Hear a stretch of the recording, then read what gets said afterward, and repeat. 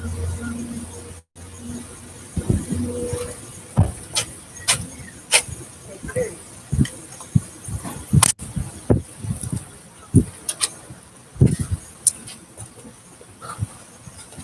guys, Leather Rock here. This is my second live stream of the day where I get to do a story time about something really terrible that happened to me 2 weeks ago. I am still talking to you in front of the Mays Landing, New Jersey Best Buy because I'm using their Wi-Fi. So here is what happened to me 2 weeks ago. About 2 weeks ago. And it's a long story, so bear with me. And hopefully you will side with me and not with these bad men that I'm about to tell you about. So imagine you're me and you can't help but notice out as you look out your one window, there's this car that's been parked outside for the longest time. Now, I also noticed that the stairwell leading up to our second floor walk up was filling up with carbon monoxide. And for those of you people who drive, when you idle your engines in residential areas, sometimes those exhaust fumes don't just go up harmlessly into the atmosphere. They actually will, and they can enter people's homes. And carbon monoxide poison is a very serious problem. There are very few symptoms until it's too late. It's colorless, it's odorless, it's tasteless. And so that's why we oftentimes have carbon monoxide detectors in our homes as well as fire smoke alarms. So anyway, this car had been there for over an hour, and I noticed that it seemed like it was unattended.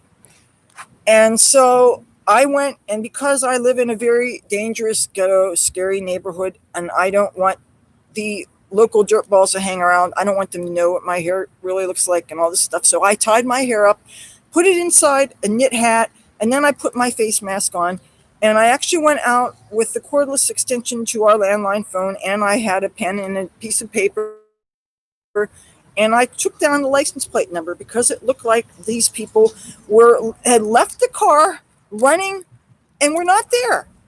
And these people, that they don't live here, and they think nothing of ruining our air quality. It used to be Atlantic City, New Jersey had some of the best air quality around because you're a barrier island right next to all that fresh, clean ocean air.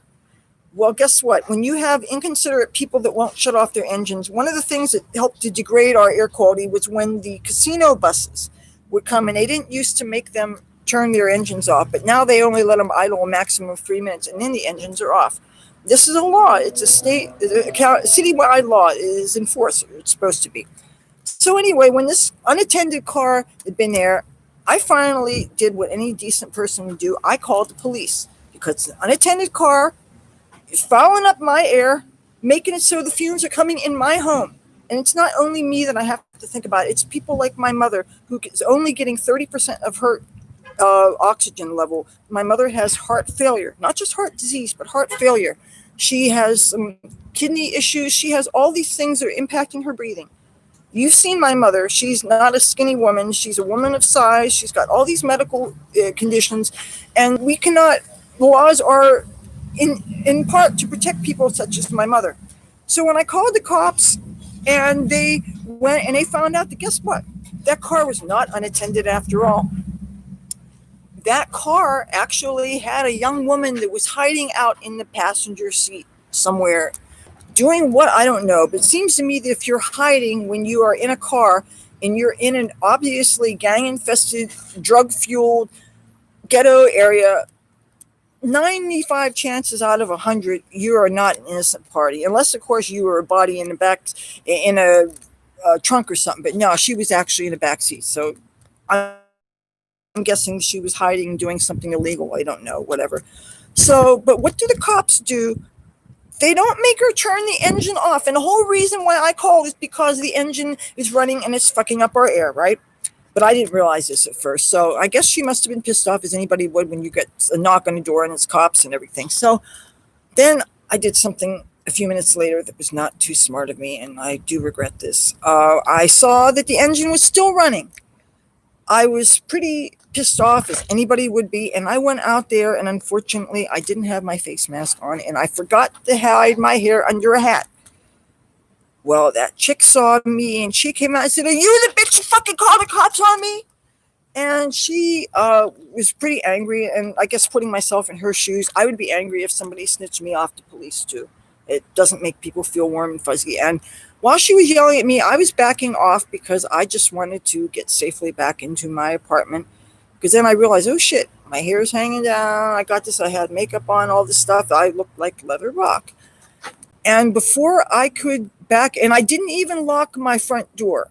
I had it unlocked so that I could just get safely back in there. And all of a sudden, I didn't think anything of it. There was a van that would have made it so you couldn't see me approaching my door.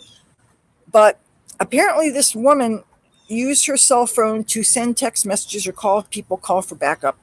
She got two black guy friends of hers, and they were both wearing black hoodies, and they were dressed in the sort of thing that would make you unable to pick them out in a lineup.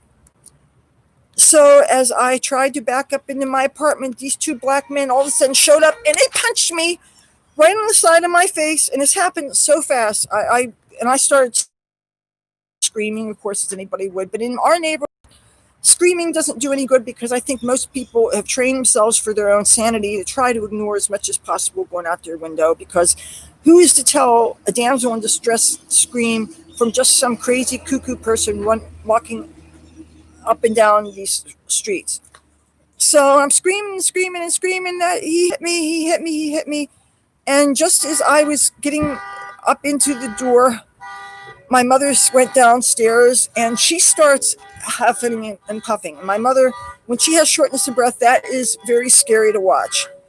So she was holding the cordless extension to our landline phone, because again, nobody has a cell phone where I live. And I said, well, we should call the cops. And normally I call the non-emergency number, but she says, go ahead and call 911.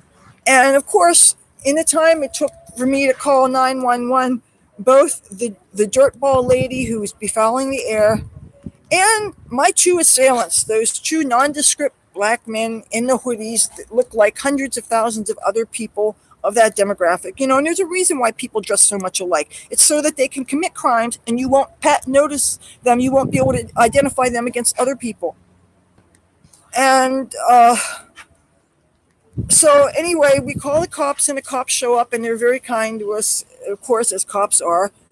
And so they apparently said that they had thought that she had turned the engine off the first time around. And then they tried to say that, the law isn't really enforced everywhere. It's only like trucks and stuff. And I think that's bullshit. Fucking up the air is fucking up the air. And don't the people who are actually paying these absolutely exorbitant, almost unaffordable, and actually, in my opinion, are unaffordable rents, don't we have some kind of rights?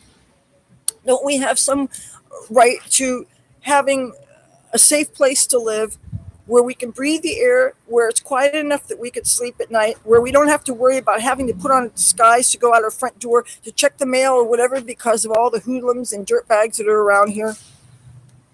So we have some friends that have been actively looking online for possible vacancies for us. But again, trying to move during a pandemic is almost impossible. Plus, moving when it's still warm and you're living in a coastal community, that's kind of ridiculous, because there's going to be unscrupulous landlords that will charge higher summer rents, even though if you're paying to live year round, there shouldn't be any rent fluctuation. Now, another thing that makes it harder for the move thing is we don't have a vehicle. Any of my personal friends who had cars don't live around here anymore. And there are one or two people who I'm sure are dead. My brother has friends who have cars, and they drive him all over.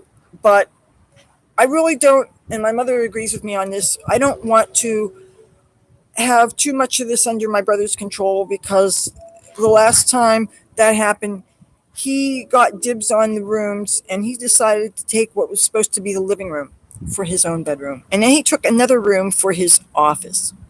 Tell me that's right.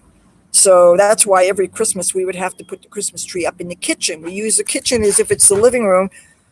And that's not fair. It's certainly not fair to my mother either. And of course it's not fair to me, but that ship has sailed. So anyway, yes, where I live in Atlantic City, anyway, it is absolutely treacherous. You don't know where the gang violence is going to come from, and since these people that are have no problem with hitting women, I thought no matter what your color was, men just didn't hit women. Is it a black thing? I have had it. I am so fed up. I want to not be bigoted. I don't want to be prejudiced. But in Atlantic City, we have a real racial problem. We have a problem with very angry, violent people. We have a problem with men who have no problem with hitting women. We have a problem with violent black gangbanger. And I don't know whether the men that hit me, and there was until recently, now I'm wearing full face of makeup so you couldn't see, but there was a mark on here. I was hit like this. And granted, it wasn't the hardest punch it could have been. Maybe they have degrees of punch. Maybe that was like a bitch slap, except it was a punch. I don't know what the honor code is for men who beat up on women. I don't know if it's a special ghetto thing or if you get special points if you're an angry black man and you get to hit a white bitch, if that's what it is. But you know what? And I'm not going to say that I wasn't thinking a forbidden word when he hit me. And the thing is, I would like to think that, first of all, no word should be forbidden. Second of all, once you've been the victim of a violent crime, all bets should be off and you should be able to call them anything you want. I'm trying to be open-minded. I don't want to be bigoted and ugly and hateful. But when you've ever been the victim of violence, it leaves a very bad taste in your mouth. Atlantic City has some very dangerous areas where I will venture to say, if you're a petite white female, it's not safe to be around.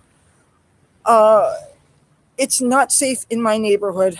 Now, whenever I see a black guy with a hoodie, unless I absolutely know he is, I am in fear because I'm thinking maybe this is one of the men who did what he did. Maybe this is a man that hit me. I'm always looking over my shoulder now. And it's not everybody in hoodies. It's only black men in hoodies. Now, the very thing that a certain demographic does not want to happen, they don't want people to be prejudiced. They don't want people to be racist. They don't want people to be in fear. But what happens when you are a petite white female and you're punched by a big black man who has a big black buddy with you? What are you supposed to fear? You're supposed to say, oh, I know prejudice is wrong. And even though I was a victim of violent crime, I'm not supposed to be thinking those thoughts. Well, guess what? Now, there is a black preacher whose name is James Manning, and he is quite some preacher. And he often likes to talk about the problems going on now with the civil unrest and the violence and these angry mobs and these people that are protesting with Antifa and Black Lives Matter and all that. And he's talking about how when the white people finally wake up and take a stand and get angry enough, there's going to be some real problems. And he's got a point because, and I'm not advocating for people to rise up and get violent because I don't want to be an asshole, but I'm going to tell you this. People are getting tired of this bullshit. People are being tired of, they can't be 30 feet in front of the entrance of their home without worrying about somebody assaulting them. I shouldn't have to be afraid of people just because, oh, you might be a gang member, you might be selling poisons that killed one of my better friends out here.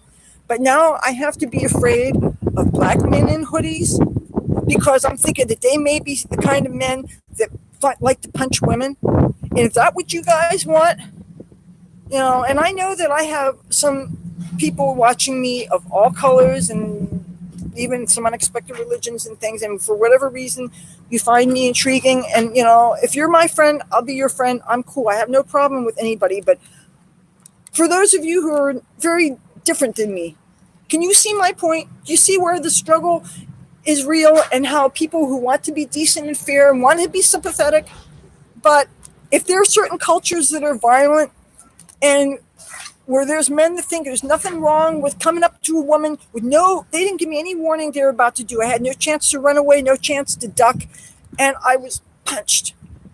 Do you guys think that's okay? Or are you raised that there's sometimes when it's okay to hit a woman, or is it only because the race is different? Now, if it was two white men in hoodies and they came up upon a black woman and they punch her out, this would have made the news. But no.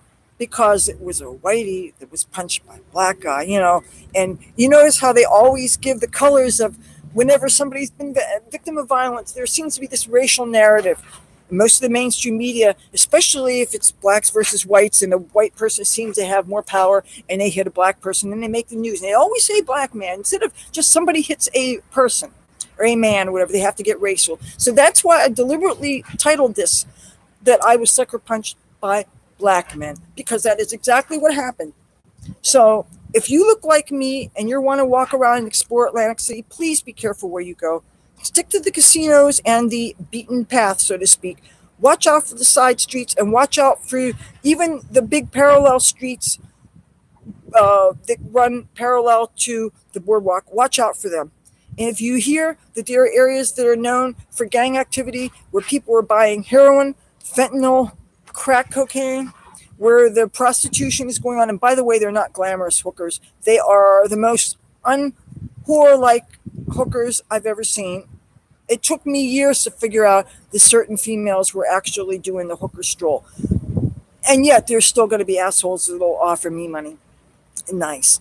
So anyway, yes, these are things that I was going to do a story time when I had a computer. But since it looks like I have no choice but to do it here, where I know that I have Wi-Fi. I know it's not a happy subject, but it's really been bothering me. And it's pretty bad that as soon as I get within a block or two of where my home is, I'm going to feel I have to put my hair back up and put this knit hat on it so that the scumbags that hang out that are selling crack and heroin and fentanyl and all kinds of stuff, never weed, by the way. The only time I smell weed around there is that some people do decide to have a little convention. And they'll have all these groups of people. And, of course, nobody ever social distance. I notice there's like 3 dealers while they're wearing face masks. But I see so much of in my ghetto neighborhood, people are not protecting themselves. You would never know that there was a virus. The only reason why people seem to have any facial coverings on their faces at all is because they know that they can't get in the store or hop on and off a jitney or a bus without one. So what they usually do is they have masks dangling off their ear, and they're hugging each other, they're handshaking, they're taking drugs that they buy from hand to hand and handing dollar bills and all that. So, and now you wonder why Governor Murphy has decided to give us another month, because we're not quite having the slow, we're having more COVID things. People are not practicing social distancing when they're buying their poisons from these dealers. And needless to say, those black guys that punched me, he was not wearing a mask and he was not wearing a glove. So his bare hand, his fist touched my face. So I washed my face real good afterwards. And I couldn't find a big block of ice to put on my face. So I actually used a bag of, what was it, frozen something, I forget what it was, frozen mixed vegetables or something, I don't remember what it was, but that's what I used to put on my face so that I wouldn't get all swollen up. So yeah, and the sad thing is that those scumbags, they're probably laughing about this. For all I know, maybe they found this video and they're laughing about it, thinking, ha ha, that's that fuck-ass white bitch that I fucked up, ha ha ha, because they think it's funny. They're men that have no respect and they think it's okay. Oh, and then there's also the people that are going to say, well, snitches get stitches. But I don't feel I did anything wrong. I would do it again. When you're going to fuck up the air and you're going to, don't be idling your engines and going off to buy something at the corner store, go to buy your crack or your heroin or your needles or negotiate with that whore or whatever. Don't fuck up my air. And if you think that it's okay to hit women, well, you're not the kind of person that's going to sympathize with this video anyway, but I'm sick of it. I've already started packing. As soon as my family can find a place to get out of here, we are out of here. It's unaffordable. It's unsafe. And now that I have gotten to the point where I am seriously in fear of random black men in hoodies, and it seems the exact opposite of this anti-racist thing. But if I have to worry about my safety and I have to think about where the danger is coming from, I'm going to have to protect myself. And since I have no home Wi-Fi, I have no way of getting a hold of the outside world. You saw how late I was answering my messages. I'm sorry, I cannot get in touch with people. I shouldn't have to go to a public Wi-Fi place and risk contracting COVID just to work. I haven't been able to work at all since the uh, 16th of September, I believe. So my normal first or second of the month cash out to PayPal, I'm not going to be able to do because I haven't been able to earn enough. This thing has really caused a real problem. So anyway, I'm going to just do the best that I can. And oh yeah, and I was told that nothing is going to be able to be put on the Comcast until a person's next unemployment check comes in, and that could be anytime after maybe the 3rd of October. I don't know, and who knows when I'm going to get my Lenovo back. So that's really going to be a problem. So I'm going to do the best that I can. Maybe I'll be able to make something using the camcorder. I can't leave any promises, but please, whatever you guys do, if you're going to walk around the city of Atlantic City, stay where the casinos are, stay in the fancy areas. Don't go walking down those parallel streets and those side streets, especially if you hear that it's a gang area, it's a drug area. Stay out of those ghetto areas, please. And if you look like me and the area doesn't have enough people who look kind of like you, be aware. Do I have to come right out and say it? If you're white, stay out of predominantly black areas because you just may be punched. I know that sounds like an ugly thing to say, but it's only the truth. I don't want you guys to think, oh, Atlantic City is such a beautiful, safe place and you're making it out to be so glamorous. No, I have responsibility to tell my viewers the truth. You have a right to know. I haven't exaggerated things. I've told you exactly what happened. Please be careful. Don't take my advice and take a bunch of special chances and find that you cross paths with the wrong person. Please be safe. And if by any chance you are somebody that looks very, very, very unlike me, and any of these words that I've said have made you feel concerned at all, maybe you could talk to people in your own communities about how the violence has to stop. And once people have decided they've had enough, if they ever do rise up, there's going to be even bigger problems. So let's act civilized, please. And violence against women is never okay unless she's absolutely threatened your life and done something to you. But no, you don't go punching women. That doesn't make you a real man. And if you want to improve race relations, don't act like an asshole to somebody with a different race than you, because you are just setting back whatever civil rights gains that we had in the 60s. You and people like you are what it's putting it back. I'm white. I'm not ashamed to be white. And I've fucking had it with this kind of ghetto behavior. I've had it with this violent behavior. I shouldn't have to look in fear just because you don't look like me. And I wasn't that kind of person. But now I guess I'm turning into one because I have to worry about somebody. You may be a perfectly decent person, but if you're black and you're wearing a hoodie, I'm always going to be thinking maybe you're the one that hit me. So you people don't like what I'm saying because maybe my words might be offensive. First of all, you know I'm not gearing toward you. I'm gearing toward the people that were violent to me. But I'm not politically correct, and I'm telling you what's really going on. And there's a lot of violent, angry, dangerous black people in Atlantic City. If you don't fit those demographics, please be careful where you go. Thank you. This is Leather Rock. If you like this video, feel free to give a thumbs up. If you like me and my channel and you haven't yet, please subscribe. I give the truth about wherever I'm at, whatever is safe for me. I don't want to talk all that much about Atlantic City, but these are things that are going on. You guys have a right to know. I will talk to you soon. I will make my next live stream next time I get Wi-Fi. Be safe, everybody. Bye.